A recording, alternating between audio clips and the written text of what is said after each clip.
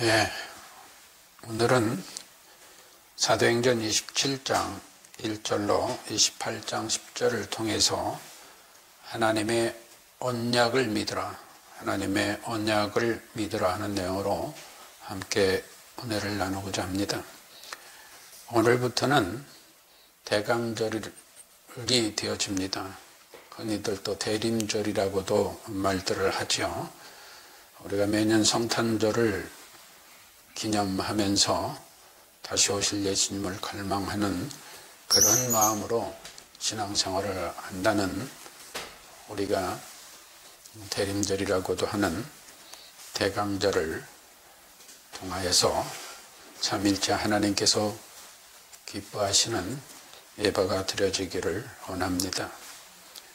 우리는 다시 오실 예수 그리스도, 즉 구원의 완성자이시며 심판주로 다시 오시는 예수님을 갈망한다고 하지만, 과연 우리가 하나님의 언약인 성경 말씀을 얼마나 신뢰하고 살고 있는가 하는 것을 자문해 보지 아니할 수가 없습니다.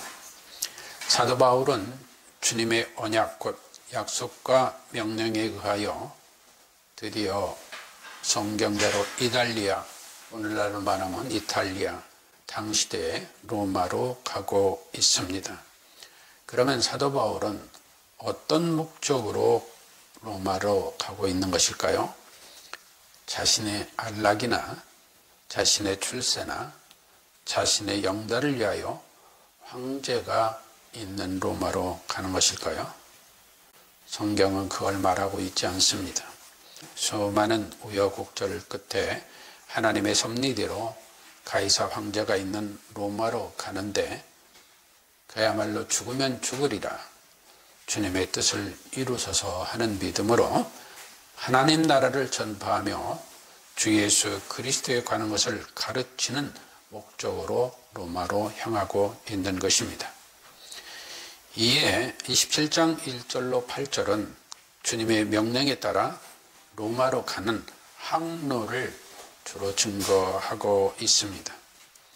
우리는 사도행전 23장에서 바울이 공회의원들 앞에서 변호함으로 그 변호를 들은 많은 사람들이 분쟁이 생기는 것을 보았습니다. 그로 인하여서 로마의 천부장이 바울이 저희에게 찢겨질까 하여서 군사를 명하여 내려가 무리 가운데서 빼앗아 가지고 영문으로 들어가라 했다고 했습니다. 그때 그날 밤에 주님께서 바울 곁에 서서 이르시되, 담대하라, 내가 예루살렘에서 나의 일을 증거한 것 같이 로마에서도 증거하여야 하리라 하신 그 명령에 따라서 지금 사도 바울은 로마로 가는 것입니다. 또한 본문 27장 9절로 38절에서는 여러 달이 걸려 금식하는 절기가 이미 지났으므로 하는데, 이 금식하는 절기는 보통 티스리월이라고 해서 유대력으로 7월입니다. 그래서 7월 10일에 대속죄일, 현재 우리로서는 9월 20일 전후가 된다고 합니다. 그래서 금식 절기가 맞춰짐으로 인하여서 보통 9월이나 3월 중순까지는 항해를 잘 안 한다고 그래요. 왜냐하면 그쪽 지역상으로 위험의 도가 높아서 그런가 보죠. 그래서 이 행선하기가 어렵고 유태한지라 바울이 저희를 권하여 말하되, 여러분이요, 내가 보니 이번 행선이 하물과 배만 아니라 우리 생명에도 타격과 많은 손해가 있을 것 같다라고 말을 합니다. 그럼에도 불구하고 로마의 백부장은 선장과 선주의 말을 바울 말보다 더 믿었다고 했습니다. 다시 말하면 선장이나 선주는 아니야, 이 항해 전문가는 우리야, 그러니까 항해는 할 거야, 이렇게 된 것 같습니다. 그래서 미항에 가게 되고 거기서 과동하기에 불편함으로 비닉스에 가서 과동하자 하는 자가 많으니, 이자 베닉스는 그레데 항구라 했습니다. 여기서 이제 문제가 생기게 됩니다. 그레데 해변을 가까이 하고 행선하더니 유라굴라 광풍이 대작하니, 그러니까 크게 일어났다 이 말이에요.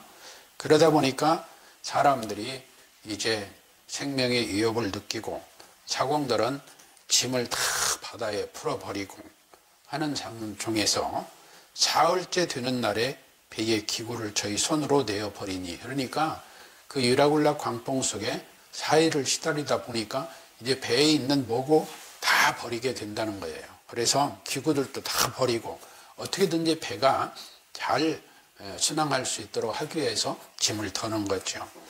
그래서 여러 날 동안 또 해와 별도 보이지 아니하고 큰 광풍이 그대로 있음에 구원의 여망이 없어졌더라. 그러니까 해도 보이지 않고 별도 볼 수도 없고, 그러니까 칠흑 같은 어두움이라는 거예요. 칠흑 같은 어두움 속에 이 배가 풍랑 속에 그냥 흔들리고 하니 얼마나 두려웠겠어요.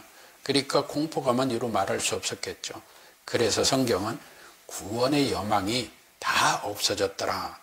한마디로 말하면 우리는 다 죽게 되는구나 하는 절망에 빠지게 되었다는 것입니다.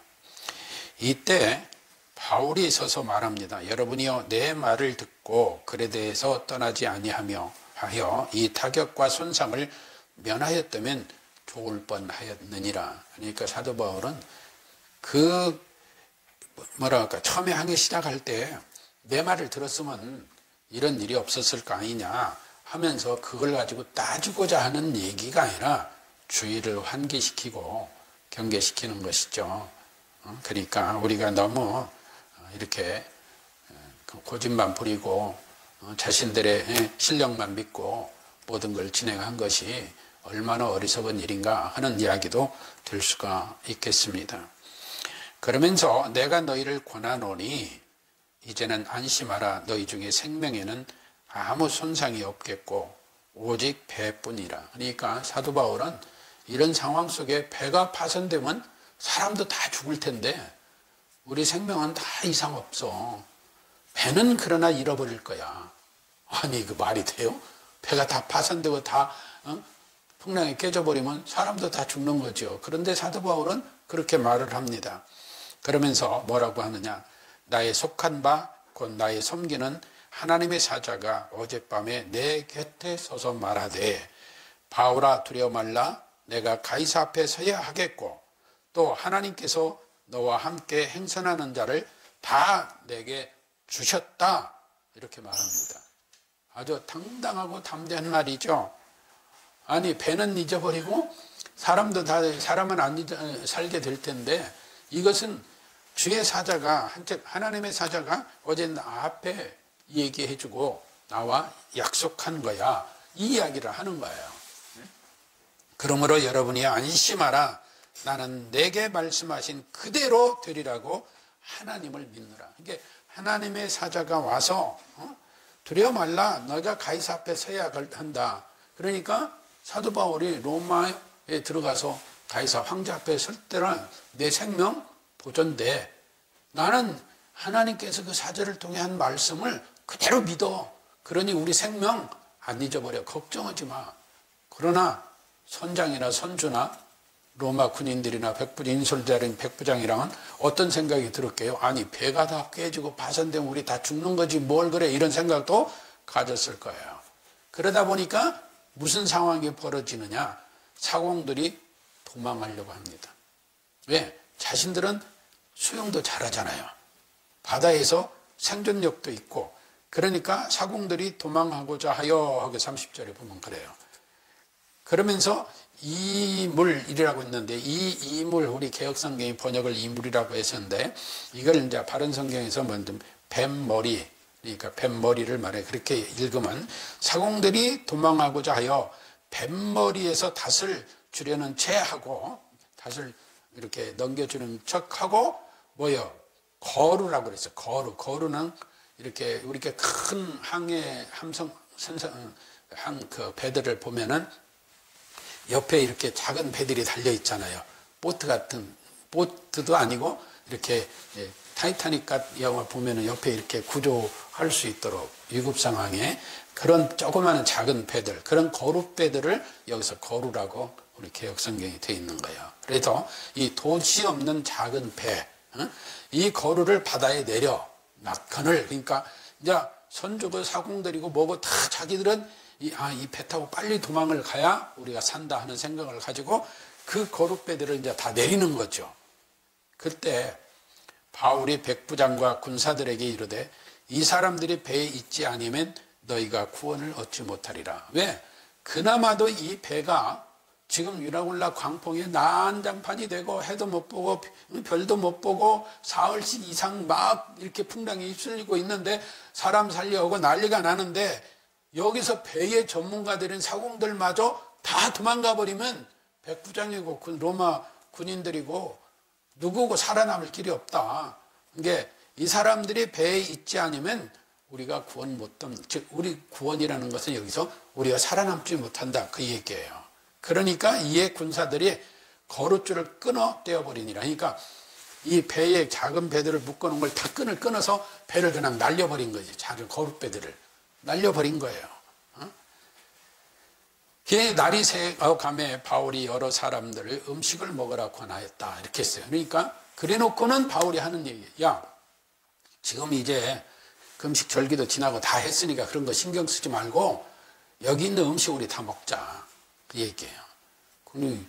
먹고 죽자 그 얘기가 아니고 이제 사도 바울은 뭘 생각했느냐, 어떻게든지 이 배에 무게를 줄이려고 하기 위해서 음식을 먹으라 한 거예요. 그 내용이 가로되 너희가 기다리고 먹지 못하고 줄인 지가 오늘까지 열 나흘인절 음식을 먹으라 권하니 이것이 너희 구원을 위하는 것이요 했는데, 그것이 37절에 가면 뭐라고 하느냐, 배에 있는 무리의 수는 전부 276인이더라 배부르게 먹고 밀을 바다에 버려 배를 가볍게 하였더니. 그러니까 너희들 이제 배불리 먹고 이판사판 죽든 말든 이 이야기가 아니고 너희가 이걸 배불리 먹고 우리가 구원받을 살아남을 길을 찾자.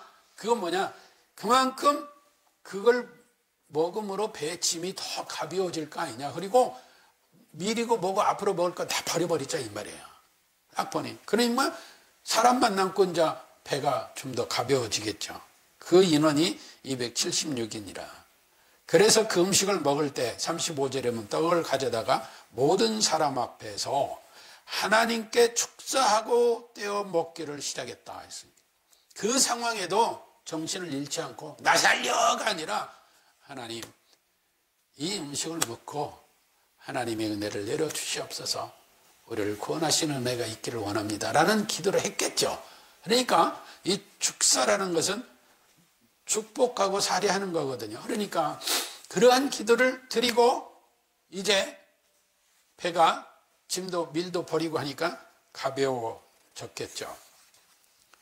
그리고 나서 39절에 들어가면 날이 새매 어느 땅인지 알지 못하나 경사진 해안으로 된 항만이 눈에 띄거늘 배를 거기에 댈 수 있는가 의논한 후에 닷을 끊어 바다에 버리는 동시에 깃줄을 늦추고 돛을 달고 바람을 맞춰 해안을 향하여 들어가다가 두 물, 우리 양수리는 강이잖아요. 이게 바닷물도 이렇게 두 물이 합치는 데가 있나 봐요. 합하여 흐르는 곳을 당하여 배를 걸매 이 물은 부딪혀 움직일 수 없이 불고 그 물은 큰 물결에 깨어져 가니 군사들은 죄수가 헤엄쳐서 도망갈까 하여 저희를 죽이는 것이 좋다 하였으나, 이렇게. 이게 로마 군인들은 저것들 아무래도 이러다가 배도 깨지고 뭐하고 나면 다 도망갈 거야. 이게 저 조치들 다 죽여버려야지. 그러는 거야. 그리고 그들을 도망가는 사공들도 다 죽여버리고 저들만 살겠다는 거야. 그런데 여기서 백부장이 바울을 구원하려 하여 했어요. 그러니까 뭐예요? 백부장은 지금 사명이 바울을 총독 명령대로 어디까지 데려가야 돼요? 가이사 앞에 세워놔야 돼요. 그러니까 이 백부장이 바울을 구원하려 하여 저희 뜻을 막고 헤엄칠 줄 아는 사람들을 명하여 물에 뛰어내려 먼저 육지에 나가게 하고 그 남은 사람들은 널조가 혹은 배 물건에 의지하여 나가게 하니 마침내 사람들이 다 상륙하여 구원을 얻었더라. 이게 사도 바울의 말대로 배는 박살이 났는데 사람들은 안 죽었다는 거예요. 사람들. 그런데 도착해서 보니 그 섬이 어딘지도 모르고 도착했는데 그 섬이 멜리데 섬입니다. 이게 여기까지 보면은 사람의 힘으로 멜리데 섬에 온 게 아니고, 사람의 힘으로 생명이 살아난 게 아니고, 사람의 힘으로 그들이 무사히 생명을 구원한 게 아니고, 오직 사도 바울을 통하여 하나님의 뜻을 이루시고자 하는 그 뜻을 이루시는 과정 속에 이들의 생명이 구원받게 됐다는 것입니다. 그래서 멜리데 섬에 도착하니까 우리 성경은 토인들 했는데 이제 다른 성경은 원주민들, 이렇게 멜리데 섬의 원주민들이 이렇게 사람들이 이렇게 떠밀려 왔으니까 음식도 주고 불도 펴주고 이런 일들을 행하게 됩니다. 상당히 어떻게 보면은 따뜻한 사람들이죠. 그래가지고 그런 과정에 이제 바울도 엄청 춥고 하니까 불을 더 피기 위해서 나뭇가지를 그 불에 던졌겠죠. 그런데 그 불이 뜨거워서 그 속에 있던 뱀이 나와가지고 바울을 물은 거예요. 그래서 거기 성경에 보면 독사가 나와 손을 물고 있는지라, 독사가 강조되고 있어요. 이게 그 말은 뭐예요? 독사에 물리면 죽는다는 거예요. 죽어요. 그런데 원주민들이 이제 저 짐승의 손에 물렸으니 저 사람은 죽겠구나 했는데 그냥 바울이 그걸 툭 떨어뜨려 보니까 그냥 뱀이 떨어져서 불에 다 죽어버리는 거예요. 그러니까 사람들이 놀래가지고 원주민들이 이 사람 정말 신이 아니야? 이렇게 생각을. 왜? 사람이라면 당연히 독사에 물리면은 이 정도 되면 죽는데 어떻게 살지? 이런 생각을 가진 거예요. 그런 과정에 이제 그 원주민들을 지도하는 보블리오라는 사람이 그 사람들을 잘 대접을 합니다. 대접을 하는 차에 이 보블리오 부친이 열병과 이질에 걸려 누웠거늘 바울이 들어가서 기도하고 고쳐주고 나니까 이들이 다시 고침을 받고 난 뒤에 이제 로마로 가야 되는데 후한 예로 우리를 대접하고 떠날 때 우리 쓸 것을 배에 올리더라. 아니 배가 다 파손됐는데 배까지 마련해 줬나 봐요. 그래서 거기에다가 자기들 쓸 것까지 다 챙겨서 보내주는 이런 역사를 이룬 거예요. 우리가 마가복음 4장에서 갈릴리 바닷가에서 말씀을 가르치시던 예수님께서 저 바다 건너편으로 가시다는데 제자들하고 배를 타고 가십니다.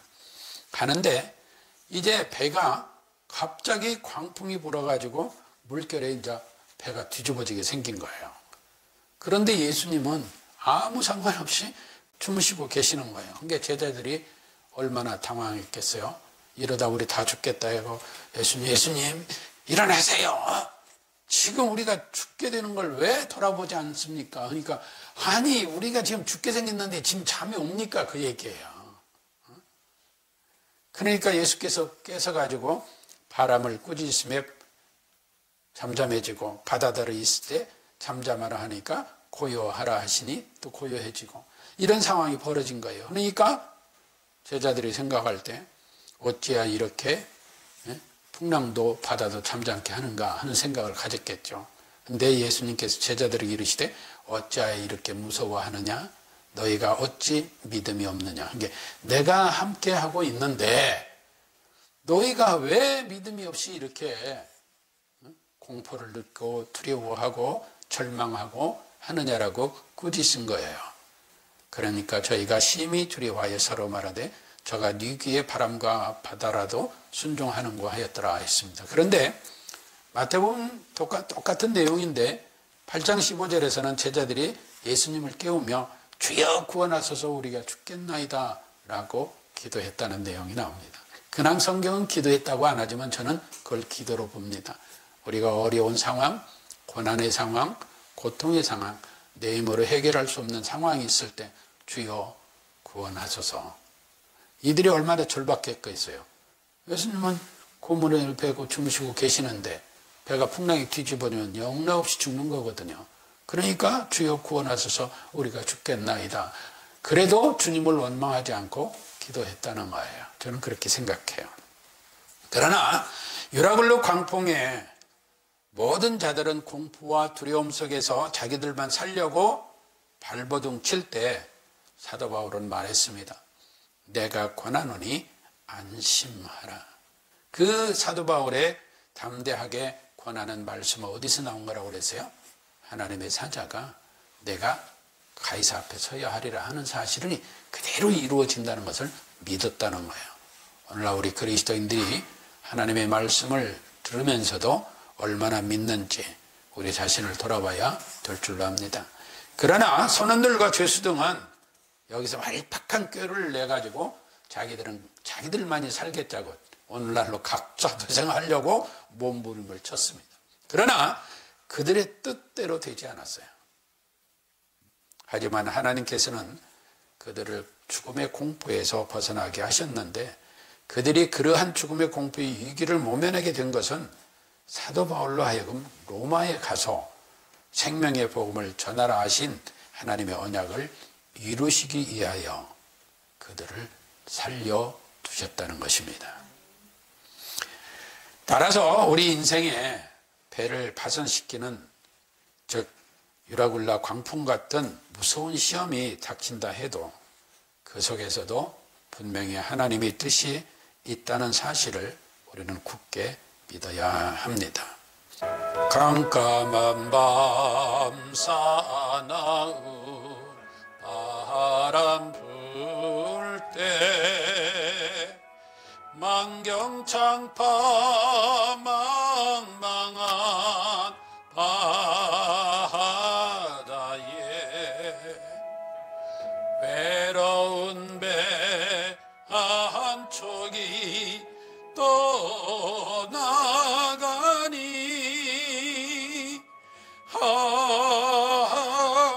희태하구나 희태하구나 권능의 손 그노를 저으시니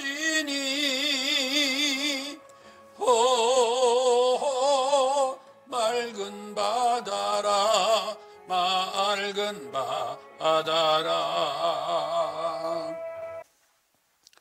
마태복음 14장 22절 이하에서 25절을 보면 밤사경에 예수께서 바다 위로 걸어 제자들에게 오시니 제자들이 그 바다 위로 걸어오심을 보고 놀라서 유령이라 하여 무서워하여 소리 지르거늘 예수께서 즉시 일러 가라사대 안심하라 내니 두려워 말라 했습니다. 이때 베드로가 대답하여 가로되 주여 만일 주시어든 나를 명하사 물 위로 오라 하소서 한데 오라 하시니 베드로가 배에서 내려 물 위로 걸어서 예수께로 가되 바람을 보고 무서워 빠져가는지라 소리질러 가로되 주여 나를 구원하소서 하니 예수께서 즉시 손을 내밀어 저를 붙잡으시며 가라사대 믿음이 적은 자여 왜 의심하였느냐 하시고 배에 함께 오름에 바람이 그치는지라 배에 있는 사람들이 예수께 절하며 가로되 진실로 하나님의 아들이소이다 하더라 라고 했습니다. 또한 로마서 4장 21절 이하에서 약속하신 그것을 또한 능히 이루실 줄을 확신하였으니 그러므로 그것을 저에게 의로 여기셨느니라. 저에게 의로 여기셨다 기록된 것은 아브라함만 위한 것이 아니요 의로 여기심을 받을 우리도 위함이니 예수 우리 주를 죽은 자 가운데서 살리시는 이를 믿는 자니라. 예수는 우리 범죄함을 위하여 내어줌이 되고 우리 의롭다 하심을 위하여 살아나셨느니라 하였습니다.